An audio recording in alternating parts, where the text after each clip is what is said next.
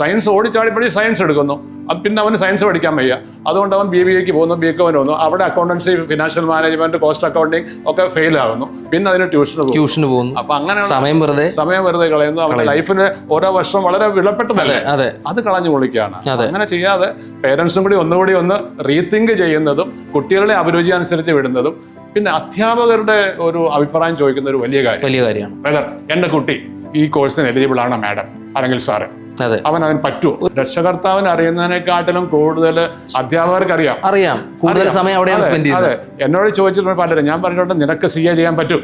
പല കുട്ടികളും പറഞ്ഞിട്ടുണ്ട് സോറി എനിക്ക് CA ചെയ്യാൻ പറ്റുമോ, അയ്യോ എനിക്ക് അതിനുള്ള കോമ്പിറ്റൻസി ഉണ്ട്. അങ്ങനെ ഞാൻ പറഞ്ഞിട്ടുള്ള കുട്ടികളൊക്കെ CA പാസ്സായിട്ടുണ്ട്. ഫസ്റ്റ് ചാൻസിൽ തന്നെ CA ക്ലിയർ ചെയ്തിട്ടുണ്ട്, അല്ലെങ്കിൽ സെക്കൻഡ് ചാൻസിൽ ക്ലിയർ ചെയ്തിട്ടുണ്ട്. അപ്പൊ ചിലരോട് ഞാൻ പറയാം നീ CA ചെയ്യണ്ട, നീ ACC എടുത്തോ അല്ലെ CMA എടുത്തോ. കാര്യം നമുക്കറിയാം അവർ ചെയ്യാൻ പറ്റുമില്ലെന്നുള്ളത്, അവനതെടുക്കാൻ പോകും. അപ്പൊ അങ്ങനെ ക്ലിയർ ചെയ്യാൻ പറ്റും. അപ്പൊ അതുകൊണ്ട് എപ്പോഴും നമ്മൾ പഠിപ്പിക്കുന്ന അധ്യാപകരോടുകൂടി ഒരു അഭിപ്രായം ചോദിച്ചിട്ട് വേണം പേരൻസ് ആയാലും കുട്ടികളായാലും അവരുടെ കരിയർ, അവരുടെ നെക്സ്റ്റ് ഹയർ എഡ്യൂക്കേഷന്റെ ഓപ്ഷൻസ് ചൂസ് ചെയ്യേണ്ടെന്നൊരു അഭിപ്രായം.